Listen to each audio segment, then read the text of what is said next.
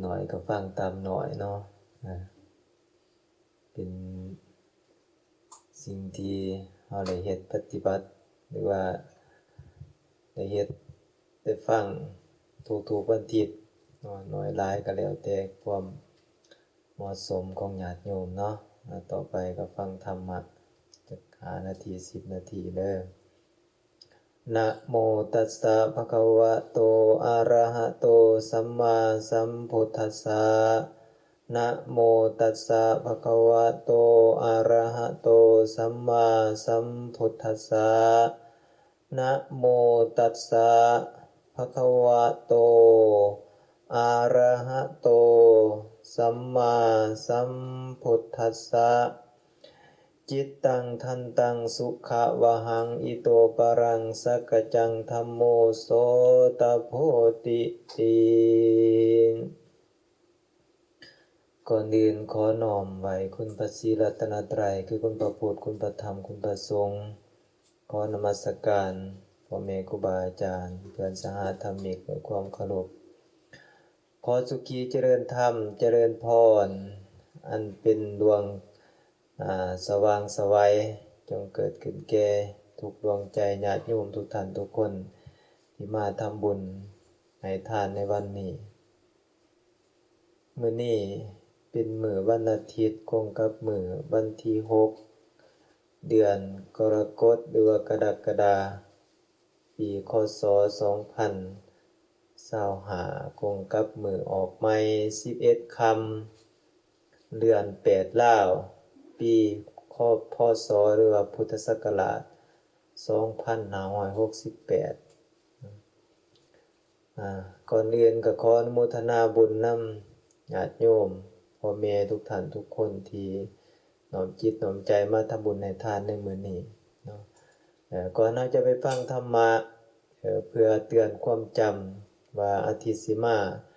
ทางวัดป่าลาวพุทธธรรมของเราจะมีพิธีทำบุญเข้าพรรษาก็คือเป็นมื้อวันอาทิตย์วันที่13เด้อเป็นมื้อทำบุญตักบาตรแต่ว่ามื้อแท้ก็คือเป็นมื้อวันที่10วันพฤหัสเนาะเหมือนดังที่กล่าวไปในเบื้องต้นถวายญาติโยม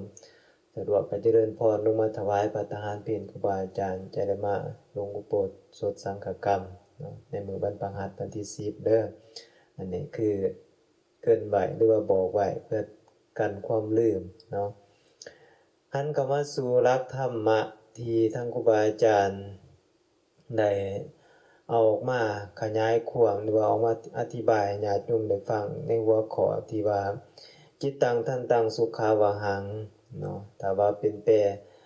ภาษาบาลีพุทธเจ้าเพิ่นเคยตรัสไว้ถ้าเป็นแปลเป็นภาษาลาวเฮาก็ว่าจิตผู้ใดที่ฝึกดีแล้วก็นำสุขมาให้เนาะเพราะฉะนั้นในช่วงเทศกาลพรรษาที่ทางวัดป่าลาวพุทธธรรมของเฮาเนาะก็สิมีกิจกรรมหลายอย่างเนาะสิ่งสำคัญก็คือญาติโยมได้มีโอกาสได้มาบริจาควัตถุปัจจัยหรือว่าได้มาทำบุญบ่ร่วมแล้วบ่ว่าสิเป็นด้วยการให้ทานในการรักษาศีลด้วยการเจริญเมตตาภาวนาฟังธรรมเนาะอันนี้คือกิจกรรมหลักที่เฮาได้ประพฤติปฏิบัติกันมาหลายปีเนาะตั้งแต่ครูบาลูกครูบาหลานมาอยู่ที่นี่เนาะญาติโยมก็ประพฤติปฏิบัติสืบทอดกันมาเนาะแต่ว่าเรื่องการให้ทานนี่ยกมาเป็นอันดับหนึ่งที่ชาวพุทธทุกคนมีความเสียสละมีจาคะเอิ้นว่ามีจาคะก็คือมีความเสียสละว่าแต่ว่าครูบาอาจารย์ประชาสัมพันธ์ไปญาติโยมเฮาก็มีจิตศรัทธาบริจาคตามกำลังที่เฮาจะสามารถเฮ็ดได้ทำได้อันนี้ก็คือการให้ทานนี่ถือว่าเฮาเป็นหลักเนาะในการบริจาควัตถุปัจจัยสิ่งอื่นๆหรือว่าเสนาสนะเนาะเหมือนดังที่เฮาได้เฮ็ดนำกันนั่นแหละวัดวาอารามเนาะจนมาฮอดจุดนี้ได้ก็ย้อนเฮามีความเสียสละทุกคนเนาะแต่ว่าที่สำคัญกว่านั้นญาติโยมก็บ่ค่อยปฏิบัติแต่ก็มีน้อยที่สุดก็คือการเจริญเมตตาภาวนาเนาะการเจริญเมตตาภาวนาอันนี้เป็นสิ่งที่สำคัญนะในพุทธศาสนาเนาะเพราะว่า หนทางที่จะดับทุกข์ได้หรือว่าพ้นจากทุกข์ได้นี่มาจากการเจริญสติการเจริญสมาธิหรือว่าปฏิบัติกรรมฐานวิปัสสนาเนาะการได้เห็นหูการได้เรียนรู้เห็นจริงในสัจธรรมของชีวิตเนาะแต่ว่าชาวพุทธทุกคนนี่ผู้ที่จะประพฤติปฏิบัติในการเจริญสติเจริญสมาธินี่มีน้อยที่สุดเนาะแต่ว่าเฮาเด่นในการให้ทานในการรักษาศีลนี่มาเป็นอันดับแรกแต่ว่าการเจริญเมตตาภาวนานี่ถือว่าอยู่อันดับท้ายๆเนาะอยู่อันดับท้ายๆบ่ว่าแต่ผู้ใดเนาะเพราะว่าเฮาบ่ได้ตั้งใจหรือว่าอาจจะตั้งใจก็บ่แม่นบ่ได้ตั้งใจก็บ่แม่นย้อนเฮาบ่เข้าใจลึกซึ้งก็บ่แม่นเนาะเพราะฉะนั้นแล้วในช่วงพรรษา3เดือนนี่เนาะเป็นการฝึกจิตฝึกใจอบรมจิตอบรมใจให้จังสิได้ความสุขที่แท้จริงกลับมาสู่ชีวิตหรือว่ากลับมาสู่ความพึงพอใจในการดำเนินชีวิตของเฮาเนาะก็คือการเข้าหาธรรมเนาะพรรษาเข้าหาธรรมเนาะทุกมื้อนี้เฮาก็เข้าหาอยู่บ่ก็เข้าหาอยู่แต่ว่าแบบห่างๆบ่ได้สนิทติดแท้เนาะคันว่าเป็นเพื่อนเป็นหมู่ก็แบบหมู่ห่างๆดนๆไปหากันเทื่อนึงบ่แม่นว่าเป็น close friends เนาะบ่แม่นว่าเป็นหมู่ที่ว่าใกล้ชิดหมู่ฮักแพงเนาะเพราะฉะนั้นแล้วในช่วง3เดือนเป็นการฝึกจิตฝึกใจเด้อเป็นการฝึกจิตฝึกใจเนาะในช่วง3เดือนครูบาอาจารย์ก็สินำพาเนาะแล้วก็คือครูบาดาโนเพิ่นเฮ็ดนั่นแหละก็มีคนอเมริกาเขาเจ้าสนใจมื้อนี้เขาเจ้าสิมาอยู่แต่ว่าเฮาบ่เปิดเอาหลายเนาะวัดเฮาเปิดให้โอกาสคนอเมริกาหรือว่าคนลาวชาวพุทธคนไทยชาวพุทธหรือว่าผู้ที่นับถือพุทธศาสนาได้เข้ามาฝึกจิตฝึกใจเนาะในการเจริญสติหรือว่าในการเจริญสมาธิเนาะในช่วงพรรษาเด้อทุกๆวันอาทิตย์เวลา 3:00 นหา 4:00 นเนาะเฮาสิปฏิบัติเนาะในช่วงเทศกาลพรรษาเนาะหันเข้ามาสู่การฝึกจิตฝึกใจของเฮาเนาะเพิ่นเอิ้นว่าเฮาดำเนินชีวิตอยู่ในแต่ละวันแต่ละมื้อนี่ปัญหา108,000ประการมากระทบจิตกระทบใจเฮ็ดให้มีความรู้สึกอ่อนล้าให้มีความรู้สึกเบื่อหน่ายบางครั้งเนาะมีความรู้สึกอ่อนไหวทางด้านจิตทางด้านใจเนาะแล้วแต่ทุกคนสิมีทุกคนก็มีความรู้สึกต่างแต่ว่าผู้ใดสิรับน้อยรับหลายได้รับผลกระทบทั้งนั้นเนาะเนื่องจากปัญหาสภาพแวดล้อมหลายสิ่งหลายอย่างมากระทบบ่ว่าสิเป็นด้านเศรษฐกิจการดำเนินชีวิตเฮาก็ฝืดเครื่องการงานก็บ่เรียนบ่ไหลบ่คล่องบ่แคล่วทุกสิ่งทุกอย่างฝืดเครื่องไปเบิดเพราะฉะนั้นปัญหารอบข้างที่มันเกิดขึ้นมันก็มากระทบต่อสภาวะจิตใจของมนุษย์เฮาทุกคนบ่แม่นว่าแต่เฮาชาวพุทธทุกคนในโลกได้รับผลกระทบทางด้านจิตเนาะเฮ็ดให้เกิดภาวะหลายอย่างที่จะตามมานั่นก็คือเฮ็ดให้เฮามีความคิดหลายขึ้นเนาะความคิดหลายขึ้นเอิ้นว่ามีความคิดอยู่ตลอดเวลาว่าซั่นซะเพื่ออยากจะเอาตัวรอดเนาะเพื่ออยากจะเอาตัวรอดจากสภาวะที่มันกำลังเกิดขึ้นเนาะเฮ็ดให้เฮามีจิตฟุ้งซ่านหรือว่าจิตมีความวิตกกังวลจิตหดหู่เนาะแล้วแต่ปัญหาต่างๆที่ทุกคนได้รับถ้าเป็นปัญหาใหญ่หลวงที่มันเกิดขึ้นกับชีวิตเฮาก็เฮ็ดว่าเฮ็ดให้จิตเฮานั้นมีความหดหู่มีความวิตกกังวลหลายสิ่งหลายแนวเนาะเฮ็ดให้จิตฟุ้งซ่านเพราะฉะนั้นวิธีแก้ไขเนาะสำหรับทุกคนที่ได้รับผลกระทบจิตหดหู่กับจิตฟุ้งซ่านวิธีแก้ไขเนาะเฮาสิมีวิธีแก้ไขจังได๋เมื่อเฮาได้รับผลกระทบโดยตรงบ่ว่าสิเป็นโดยทางอ้อมโดยตรงเนาะคำว่าจิตหดหู่นี่ญาติโยมเข้าใจคือสิเข้าใจอยู่เนาะคือจิตบ่มีพลังจิตที่มีความเมื่อยล้าบ่อยากเฮ็ดอิหยังทั้งสิ้นเบื่อหน่ายกับชีวิตเกิดความเบื่อหน่ายเกิดความวิตกกังวล อยู่ตลอดเวลาโศกเศร้าเหงาง่วมคันเป็นภาษาบ้านเฮาภาษาแพทย์ภาษาหมอว่าเป็นโรคซึมเศร้าเป็นโรคซึมเศร้าจิตหดหู่อยู่ตลอดเวลาเฮ็ดหยังก็บ่มีกำลังเฮ็ดหยังก็อ่อนไหวไปหมดบ่มีกำลังที่จะเฮ็ดที่จะปฏิบัติหน้าที่ไปเวียกไปงานก็บ่มีกำลังสิเฮ็ดเนาะมันก็เกิดมาหลายสาเหตุอันนี้เฮาบ่เว้าเฮาหาวิธีแก้ไขเนาะเมื่อมันเกิดขึ้นแล้วพระพุทธเจ้าเพิ่นเคยแนะนำหรือว่าเคยบอกเคยสอนว่าเมื่อทุกคนที่ได้รับผลกระทบมีความรู้สึกจิตหดหู่เฮาสิมีวิธีแก้ไขจังได๋เพื่อออกจากจุดนั้นเนาะหนึ่งในนั้นก็อาจารย์ก็เคยได้รับผลกระทบคือกันก็เลยอยากมาแชร์อยากมาแบ่งปันความรู้สึกที่มันเกิดขึ้นเนาะบ่แม่นว่าตั้งแต่ญาติโยมครูบาอาจารย์ก็ได้รับผลกระทบเช่นเดียวกันเนาะเนื่องจากปัญหาหลายด้านที่มันกระทบเข้ามาเนาะเพราะฉะนั้นวิธีแก้ไขทำอิฐสำหรับคนที่ได้รับผลกระทบจากจิตหดหู่จิตบ่มีพลังจิตมีความโศกเศร้าอยู่ตลอดเวลา1เนาะเพิ่นว่าให้บ่ให้อยู่คนเดียวเนาะบ่ให้อยู่คนเดียวคือเฮาเข้าใจนำกันนั่นแหละถ้าเฮาอยู่คนเดียวในเวลาที่เฮาโศกเฮาเศร้าในจิตที่เฮามันบ่มีพลังมันสิเกิดสภาวะต่างๆเกิดขึ้นหลายอย่างเนาะเฮ็ดให้เฮาบ่อยากมีชีวิตอยู่ในบนโลกใบนี้เฮ็ดให้เฮาคิดต่างๆนานาหลายสิ่งหลายแนวได้ถ้าว่าเฮาอยู่คนเดียวเนาะเพราะฉะนั้นเมื่อสภาวะจิตหดหู่เกิดขึ้นเพิ่นว่าบ่ให้อยู่คนเดียวข้อที่1ข้อที่2เนาะข้อที่2เพิ่นให้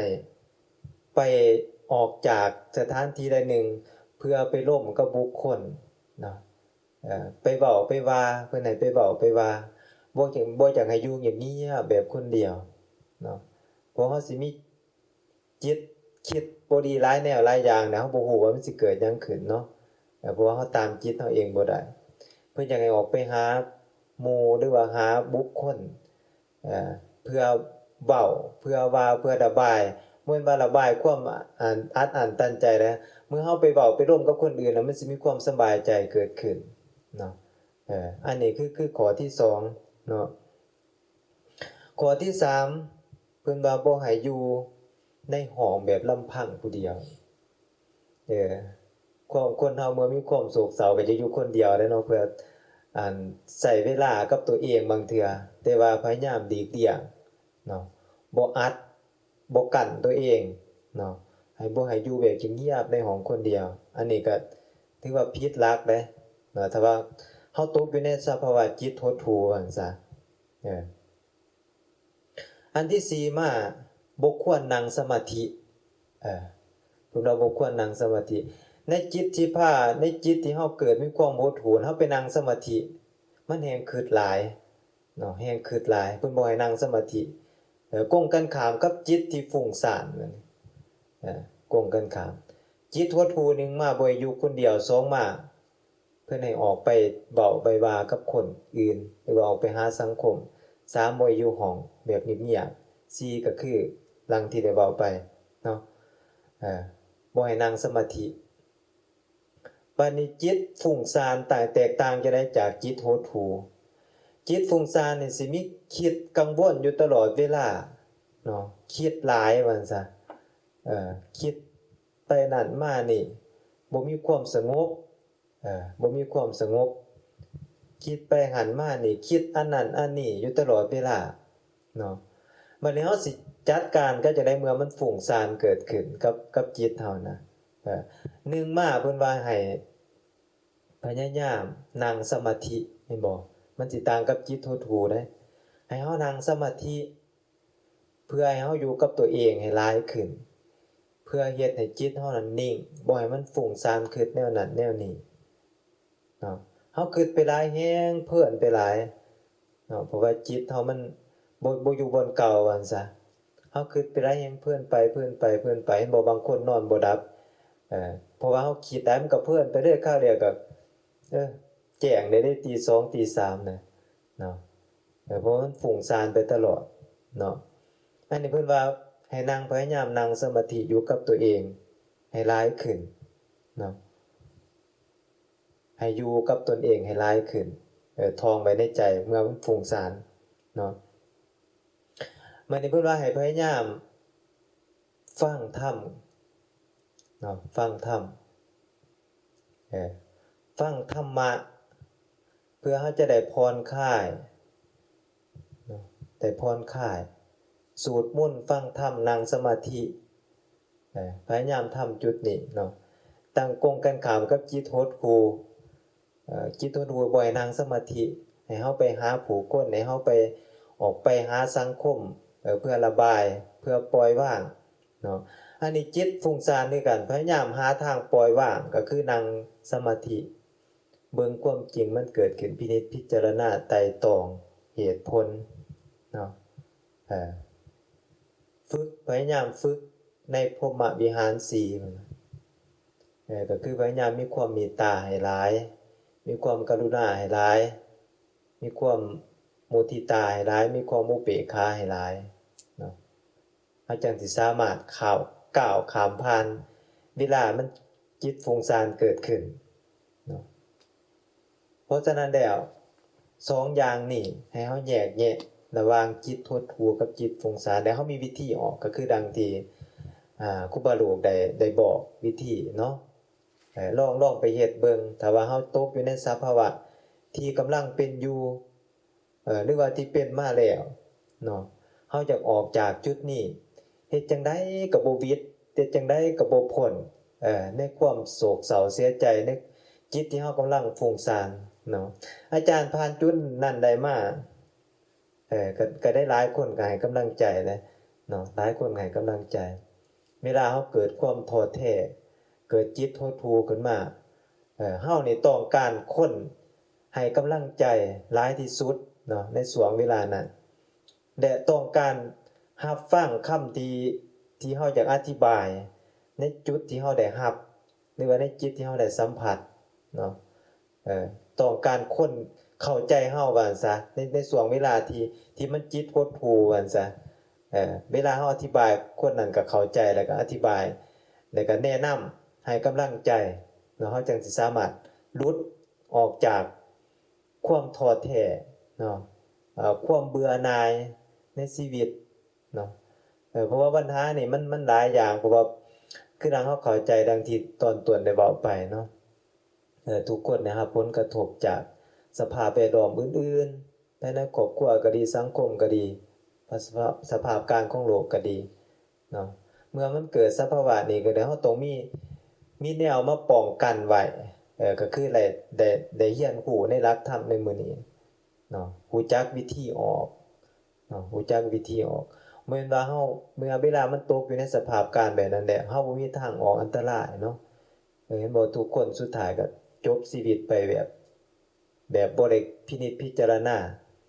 หาเหตุผลแล้วก็หาทางออกบ่ได้เพราะว่าเฮาบ่มีทางออกเพราะฉะนั้นแล้วเมื่อเฮามีวิธีเฮามีทางออกจังซี่ก็ลองไปเฮ็ดไปปฏิบัติเบิ่งเฮ็ดเบิ่งเนาะเมื่อมันเกิดจิตหดหู่หรือว่าเกิดจิตฟุ้งซ่านเนาะเฮามีวิธีคือดังที่ได้เว้าให้ฟังเนาะเพราะฉะนั้นถ้ามามื้อนี้เว้าเรื่องจิตการฝึกจิตเนาะเพราะฉะนั้นอยากให้เฮามีความสุขต้องหมั่นฝึกจิตตนเองอยู่ตลอดเวลาเด้อเหมือนว่าโดนๆมาฝึกเทื่อนึงนะคันโดนๆมาฝึกเทื่อนึงมันก็สิเป็นแบบว่าเขาสิเข้าถึงสมาธิยากเนาะเข้าถึงสมาธิยากบ่ต่างหยังกับอุปมาอุปไมยว่าเฮาเคยไหว้พระเคยสวดมนต์แต่ละมื้อก่อนนอนถ้าว่าวันใดวันหนึ่งเฮาบ่ได้ไหว้พระบ่ได้สวดมนต์มันสิขาด something เนาะขาดอันใดอันหนึ่งวะมื้อนี้คือบ่ได้เฮ็ดหยังวะมันสิมีแป๋วในใจอยู่หั่นแหละเนาะบ่ต่างหยังกับจิตเฮามื้อใดที่เฮาบ่ได้ฝึกขาดการฝึกเนาะมันก็สิคิดถึงจุดๆนี้ถ้าว่าเฮาฝึกตลอดเฮ็ดตลอดมันก็สิเป็นการสิ้นเคยเฮ็ดให้เฮาอยากเฮ็ดอยากทำเนาะโดยเฉพาะในพรรษาปีนี้ก็อยากขอให้ญาติโยมพ่อแม่พี่น้องเฮาอดเนาะอดทนลองมาฝึกจิตฝึกใจตนเองเบิ่งผ่านมาเฮาเคยฝึกอยู่บ่ก็ฝึกอยู่แต่ว่ามันก็ยังบ่ทันได้ถึงขั้นว่าเลี่ยงได้รับจาก1 2 3 4 5 แต่ว่าเฮาก็ยังอยู่บ่อนเก่าอยู่บางเทื่อ บางเทื่อเฮาฝึกมานี่หลายปีตั้งแต่มีวัดมีว่ามาแม่นว่าตั้งแต่มีวัดมีว่าตั้งแต่เฮาอยู่เมืองลาวก็ฝึกฝึกแต่ว่ามันก็ยังอยู่บ่อนเก่าบ่ทันได้ขึ้นเพิ่มเลเวลขึ้นมาจักเทื่อเอ่อบ่ได้เพิ่มบางเทื่อก็รูดลงซ้ํบางเทื่อรูดลงซ้ํก็มีบางเทื่อเฮาเคยนั่งสมาธิติดนี่เคยนั่งสมาธิได้1ชั่วโมง2ชั่วโมง30นาที10นาทีแต่ว่าเมื่อสังขารเฮาเฒ่ามาแล้วเนาะมันทุกอย่างมันเปลี่ยนไปแล้วมันสิรูดลงรูดลงมีแต่ว่าเข้าใจสภาวะจิตเฮาให้ได้ก็พอเนาะว่าในขณะนี้เฮาอยากเฮ็ดหยังเฮาต้องการหยังเฮาอยากฝึกหยังเนาะบางเทื่อเฮาเคยฝึกได้ดีแต่ว่าตอนแก่มาเฮาสิฝึกบ่ได้คือตอนเฮาหนุ่มเฮาน้อยเฮาต้องใช้ความภาคเพียรความอดทนเนาะใช้ความภาคเพียรความอดทนพยายามฝึกต่อไปเนาะเพราะฉะนั้นในการฝึกจิตฝึกใจเป็นสิ่งที่สำคัญที่สุดในการทางกายของเฮาในการใช้ชีวิตของเฮาถ้าว่าจิตใจเฮาฝึกดีแล้วจะนำแต่ความสุขความปลื้มปิติความยินดีหรือว่าความสว่างไสวมาสู่จิตสู่ใจสู่ชีวิตเฮานี่แหละบ่รวมบ่เฉพาะเนาะสุดท้ายคือดังที่เฮาเข้าใจน่ะทุกคนได้แต่ให้คำแนะนำเฮาเมื่อเวลาเฮาเจ็บเฮาทุกข์เฮาบ่สบายใจให้กำลังใจเฮาแต่ว่าผู้ที่จะหลุดพ้นที่แท้จริงนั่นก็คือตัวเฮาเองออกจากจุดที่มันมองมั่วออกจากจุดที่มันมีความทุกข์ออกจากจุดที่มันเครียดให้เฮามีความท้อแท้ว่าซั่นซะมีบ่มีกำลังใจนั่นก็คือตัวเฮาเองเป็นผู้ออกจากจุดๆนั้นเนาะอันนี้ขอฝากนำโยมพ่อโยมแม่นำญาตินำโยมทุกท่านทุกคนเนาะบางว่าได้ฟังธรรมะข้อนี้แล้วก็สิมีกำลังใจเนาะในการฝึกจิตฝึกใจตนเองเพื่ออยากหลุดพ้นออกจากความทุกข์เนาะบ่แม่นว่าหลุดพ้นจากความทุกข์ในศาสตร์นี่เด้ถ้าว่าเฮาฝึกได้นะเนาะภพใดศาสตร์ใดที่เฮาเกิดมาเฮาก็สิได้ไปพ้นจากทุกข์ก็คือบ่มาเวียนว่ายตายเกิดอยู่ในวัฏฏะสงสารก็คือเฮาเข้าถึงธรรมอันนั้นก็สิเว้าแล้วสุดท้ายแต่ว่าเฮาฝึกจิตฝึกใจได้เนาะดังที่ได้ฟังธรรมะมาเนาะได้ก็ลองไปพินิจพิจารณาเหตุผลไตร่ตรองโยนิโสเบิ่งว่าเฮาสิเฮ็ดแบบใดกับจิตกับใจเฮาอยากให้มีความสุขต้องไปมันฝึกจิตฝึกใจเนาะอันนี้คือธรรมะในมื้อนี้ก็ขออนุโมทนาบุญนำทุกท่านทุกคนโยมพ่อโยมแม่ทุกท่านทุกคนที่น้อมจิตเข้ามาสู่วัดสู่ว่าได้มีการบำเพ็ญเพียรรักษาศีลเจริญเมตตาภาวนาฟังธรรมให้ทานในมื้อนี้ก็ขอให้บุญญาบารมีทั้งหลายปกปักรักษาโยมพ่อโยมแม่ทุกท่านทุกคนให้พากันอยู่รอดปลอดภัยเนาะมีความสุขทางกายสบายทางจิตทางใจสามารถหลุดพ้นออกจากความทุกข์ทั้งปวงเนาะก็คือเฮาได้ไปสู่ความสุขความปรารถนาที่เฮาปรารถนาบ่ว่าสิเป็นทางด้านสุขทางด้านทางกายสุขทางด้านจิตใจก็ขอให้ญาติโยมได้สัมผัสจุดนั้นได้พบพ้อกับจุดนั้นสุขุสุขคนขอให้มีอายุบันนังสุขังภรังทุกทิพาราธิการทุกทานทุกคนนั้นด้วยเถิดเทศนามาก็สมควรเวลานิทธิตา